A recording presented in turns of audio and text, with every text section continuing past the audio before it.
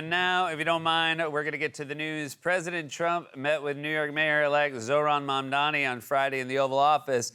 And as for how it went, I think this picture says it all. Look at how happy. That's the way my dad grins when the waiter finally laughs at one of his jokes. Waitress. When Mamdani was asked during a meeting in the Oval Office if he still believes President Trump is a fascist, Trump told Mamdani, quote, "You could just say yes, it's easier." Wait. So he could call you a fascist, but when I do it, you try to get my show canceled? What? What does he have that I don't? Youth? Charisma? Oh, both of those? Fine.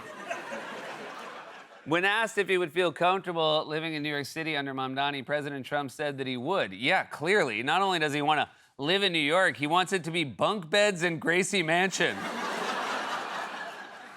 When asked last week if President Trump ever uses AI, White House Press Secretary Caroline Leavitt said, quote, "I don't think so. He's perfectly capable of coming up with the wrong answer all by himself."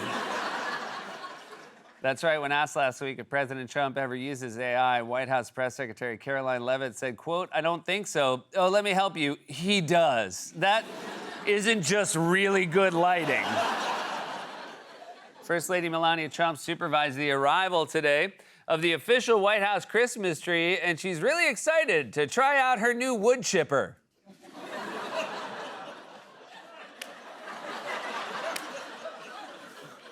Because I don't believe she liked Christmas.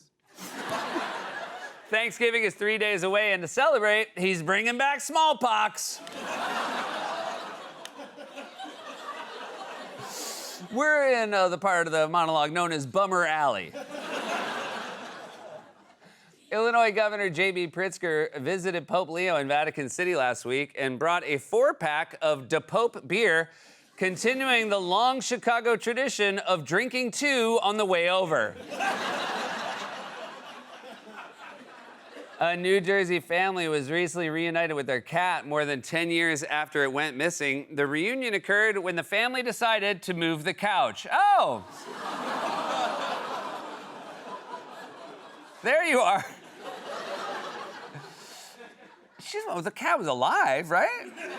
Yeah. Everybody here just jumped to, I guess it's because we've been bumming them out so much with the other day.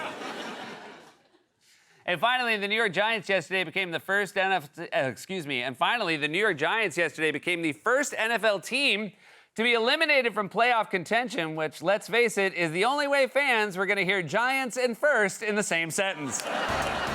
President Trump participated in the National Thanksgiving Turkey presentation at the White House and pardoned both turkeys Gobble and Waddle.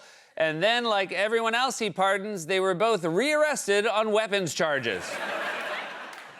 That's right, President Trump participated in the annual Thanksgiving turkey pardoning, passing out pardons to Gobble, Waddle, and Ghislaine. While speaking to journalists yesterday, White House Press Secretary Caroline Leavitt pushed back on reports that the Trump administration is favoring Russian demands during peace talks to end the war in Ukraine. Said Leavitt, "We've been speaking with President Putin, as well as the other guy whose name escapes me. I want to say Kevin something." McDonald's recently announced they will release a new Grinch meal inspired by the title character from the Dr. Seuss story. The way it works is you pay $5.99 and then you just steal food from a little girl. The New Jersey Hall of Fame over the weekend held its annual induction ceremony, and congratulations once again to Sausage and Peppers.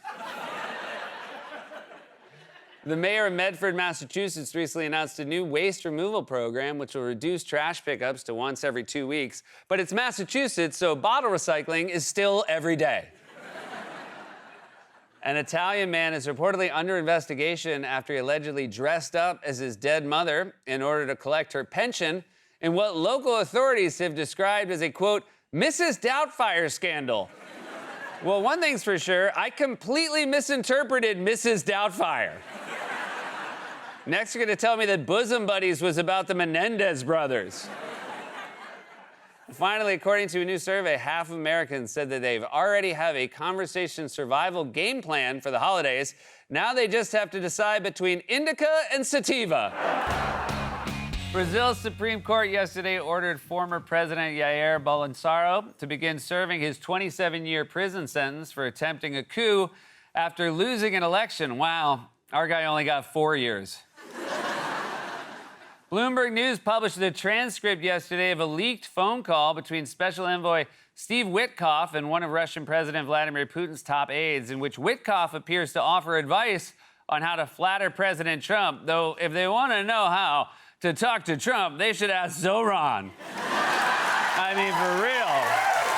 Look at that. Normally, the only time you see an old guy smile like that is when his favorite restaurant opens at 4. While speaking yesterday at the annual White House turkey pardoning, President Trump said that he had never seen a turkey that big before. Said an aide, "Sir, that's Mitch McConnell." Former Arkansas Governor Mike Huckabee is facing criticism for continuing to serve as a paid spokesman for a sleeping pill while serving as the U.S. ambassador to Israel, but it won't matter as long as his #1 customer is happy. The New York Times published an article yesterday on how President Trump is aging in office, and it's a pretty quick read. President Trump criticized the New York Times in a post on Truth Social today for publishing an article that argues he has slowed down due to aging and called the newspaper a, quote, cheap rag. And nothing says I'm not old like calling a newspaper a cheap rag. That's definitely how young people talk. Those muckrakers. A group of progressive senators nicknamed the Fight Club are reportedly challenging Senate Minority Leader Chuck Schumer's strategy for midterm elections. Well, leave it to the Democrats to immediately break the first rule of Fight Club. Well, you guys, tomorrow is Thanksgiving, so you've got less than 24 hours to do something with that theater degree.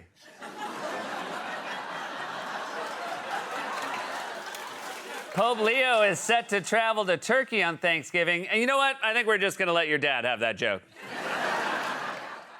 The sandwich chain Subway has begun offering a sub inspired by the turducken called the Turhamkin, which is served with turkey, ham, chicken, stuffing, a stool, and a rope.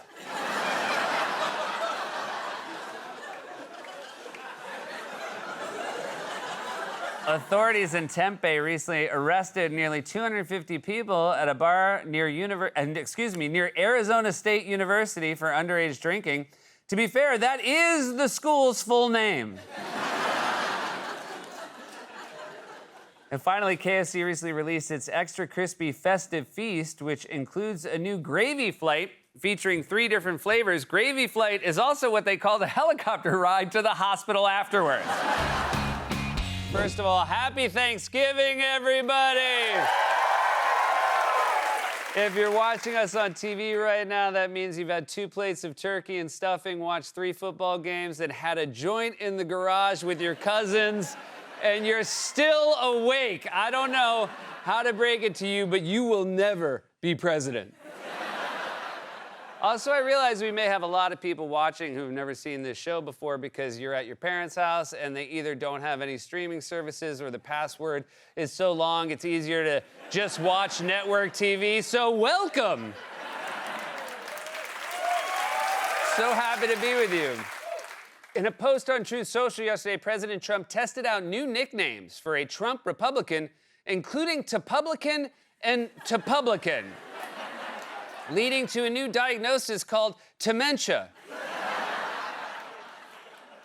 After the social media platform X unveiled a new feature that allows users to see where an account is based, researchers discovered that popular MAGA movement accounts that claim to be run by Americans are actually based outside of the U.S., and popular Democratic accounts don't exist. According to the latest numbers, Thanksgiving gas prices are near their lowest levels since 2020. Incidentally, Thanksgiving gas is probably why you're awake right now. I guess I'll put on late night. According to a new survey, nearly a quarter of Americans said that they have a signature dish that they're known for, and we all know what Dad's is. Tomorrow's Black Friday, traditionally the busiest shopping day of the year. The second busiest shopping day of the year is, of course, Christmas Eve at 7-Eleven. Everybody's getting scratch-offs. Astronauts aboard the International Space Station were set to enjoy a special Thanksgiving meal, which will feature traditional dishes as well as crab, salmon, and lobster, and somehow their aunt will still show up with a weird casserole. Authorities in California are searching for a suspect who allegedly stole approximately 500 frozen turkeys, but I bet they'll find him when he calls the Butterball hotline in an absolute panic. What do I do with all of these? And finally, Arby's is offering 2 Thanksgiving-inspired sandwiches, the deep-fried turkey gobbler and the deep-fried turkey club. As for what you'll be thankful for this year, I'm guessing indoor plumbing? And that was a monologue, everybody!